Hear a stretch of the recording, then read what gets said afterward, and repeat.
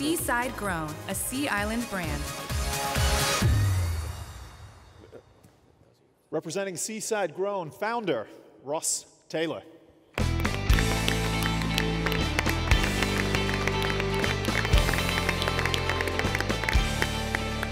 Guys, good morning. Good morning. Good morning. How are y'all? This is fantastic, by the way. This is absolutely awesome. Thank y'all for having us. So yeah, I'm the founder of Seaside Grown. We are a farm-to-table Bloody Mary mix. But what most people don't know about me is that I'm also the fifth-generation farmer. Our story starts back in the 1850s, actually. My great-great-grandfather, Augustus Sanders, was the founder of the farm. He's a patron. He moved to St. Helena Island, just north of Hilton Head, and decided he wanted to become a tomato farmer. So in 1850, he acquired Frogmore Manor, which is everyone else here will know it as the Big White House in Forrest Gump. And in somewhere around the 1900s, he started growing tomatoes commercially. And so he was very proud of the fact that he was a commercial tomato farmer in South Carolina and on the East Coast. He was one of the first commercial tomato farmers. At that time, he was doing a whopping 10 truckloads a year, and he was killing it. He loved it. Since then, we've grown a little bit. The sixth generation is actually working on the farm today, and we're doing roughly 800 truckloads in the month of June. Wow. So we have a little bit of volume, but here's the thing that most people don't know about the tomato business and the tomato industry. We pick a green tomato. You color it up. That's what you do with your fruits and vegetables. So the red ripe tomatoes that we've been growing for over 115 years, we toss away, or we used to at least. And so as long as I've been around, I've been trying to figure out, let's do something with the tomatoes. Let's try to figure something out. And so, they always looked at me as like little old Ross, and you're growing up in this big, huge family and everything. And so finally, I get to the age of 35, and I'm like, okay, to hell with y'all, I'm just gonna try this. Why not? And so I got a couple 1,000 pounds of tomatoes, called my buddy Will Collins, who happens to be a culinary chef from Johnson & Wales, and said, dude, we've had a lot of hangovers together. If you like the Bloody Mary mix and I like the Bloody Mary mix, chances are we might be able to get a good mix here. And so he said, okay, that's fine. But the one catch is we have to use the whole tomato. So we use the skins, we use the seeds, we use everything. It's not a puree. And so what we were trying to do, is create something that we can take directly out of the field, blend it down, and make a mix. And the idea is so that we can utilize the crop that's there to take advantage of the yield. And so once we kind of found that mix, then we said, okay, this is actually working. This is pretty good. We put it out in the market. We had 300 cases initially, and we sold them in a month from one retailer in an antique store. We're like, this might be halfway decent. And so we started looking at it, and the one thing about the farm that not many people know as well, everybody I think might remember the old salmonella scare a few years ago with tomatoes. Well, that caused us to have to track and trace our produce down to the acre. So in every single one of our bottles, we can tell you the field that the tomato was picked in, the day the tomato was picked, and the batch number. Oh, wow. All the tomatoes in there are bottled on the estate. Everything is picked and packed and put into that bottle within 24 hours of being picked. Now, on the side of the bottle as well, you'll also notice that there's a QR code, thinking about our millennials. The QR code is associated with that seal. That means as soon as you scan that QR code, you'll actually be dropped into that field for a 360 view of that field. So you can walk around and see exactly where those tomatoes were picked, everything about them. And so in this bottle, we have 86% of our own fresh product. And everything else, what we wanted to do with this is we wanted to take a step back. Let's do this the way Granddaddy Gus would have done it, and a real tomato. So we want the tomato to come through. We want it to taste like the tomato sandwich that you had or you think of in the summertime. And so we got lucky because the tomatoes that we put in here, high in acid. We don't need the extra ingredients to make it shelf stable. We've got a 3-year shelf life. And that's just because of the natural ingredient that other people were trying to go away from. We've got the tomatoes, let's do something with them. We don't need to pay someone to take them away. Yeah. Let's actually use it and make some money on it. So yeah, What did you say the shelf life was? 3 years. 3 years? Yes, sir. Obviously unopened. How do you know it? Has it been around for 3 years?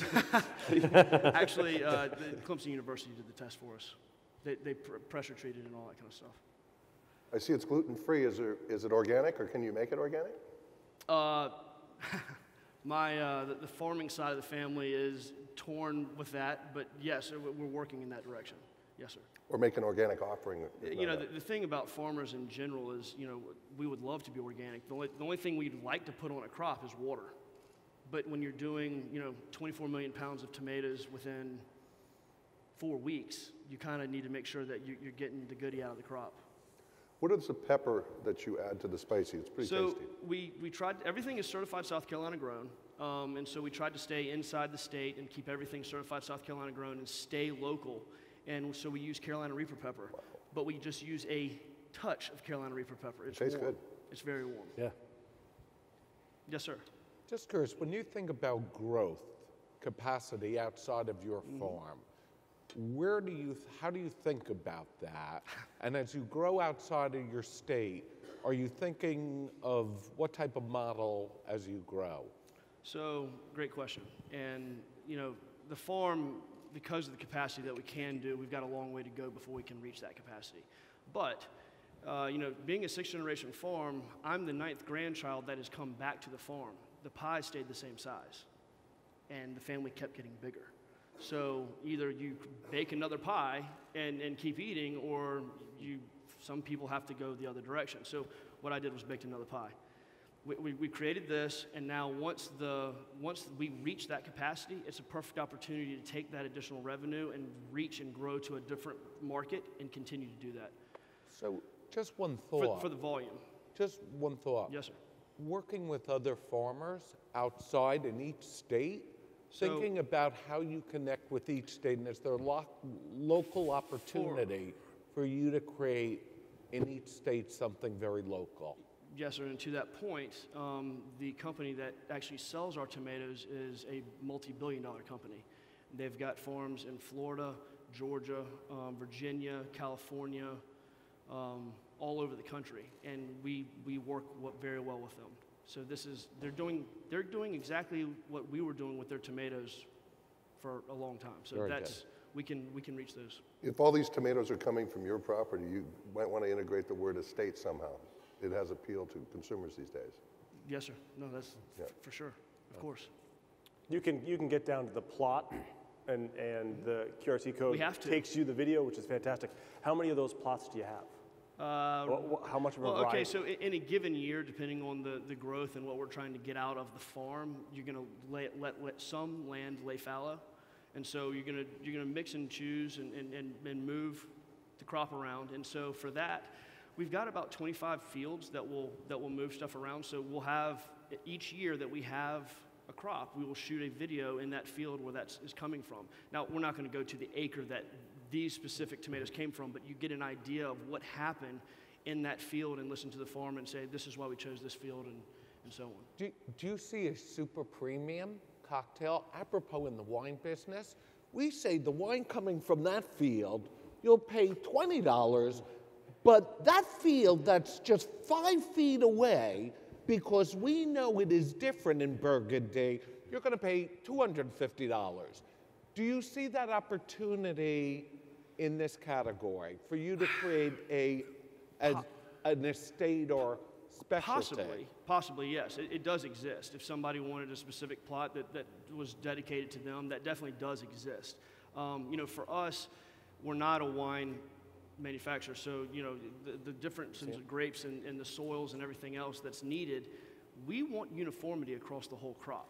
And so we've been doing it for 6 generations. You got to be good at something. I think we're okay at that. And so we have a fairly uniform process across that whole area. Now, that doesn't mean that we can't do something special, but it's interesting that you think that, because I've talked to a handful of people about that. I like it. You know, my dad always used to tell me facts tell, stories sell. And I think you've got a great story. It's just, how do you get it out there? What's your plan to share your story with people outside of this room? Well, and another fantastic question. So it's segmented growth. We're in Georgia and South Carolina distribution-wise right now. looking to Florida, Louisiana, Tennessee, and North Carolina possibly next year, and growing out and doing it strategically, because we only have 4 weeks in the year to make the whole product. And so we need to forecast what what we want to do, and talk to the distributors and find out what they think we might be able to do, and then make a certain percentage over and above whatever that projected case count is, and just slowly grow into those sections and tell the story the best way we can. I mean, that the story I feel resonates with a lot of people, and so just take it step by step. Let's not try to outkick our coverage, and let's just do it slow and steady. How many cases will you hopefully sell in 2019? So first year we did about 300 to 400. Yep. Then we did about 5,500 this past year, and next year we'll do roughly 22,000. Wow. And What's the one split? bottling a year? Yes. It's impressive. And what's the split between spicy and regular? So initially we were doing like more of a 60-30 or 30-60, depending on how you look at it. But really and truly, people have loved the spicy, loved it. And so we're doing more of a 50-50 now. Interesting. So I think your story you did a great job, by the way. Thank you. And I think the more you go around the country, you're going to have a lot of success. And I think there's a lot of chains that are looking to premiumize categories, this category especially. I think they all want their own Bloody Mary mix, and I think a lot of them will make this their own Bloody Mary mix. Thank you. I see this as a great fit in Trader Joe's, Whole Foods type stores. Exactly. Sure. Yeah.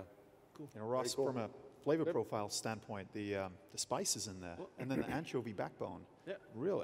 We wanted to make it like your grandmother made it. She went out to her garden, she picked the tomato, and she made you a Bloody Mary. Fantastic. That's the idea. You got to travel the country. You'll do well. Thank you. Well done, Ross. Cool. Very good. Thank you all.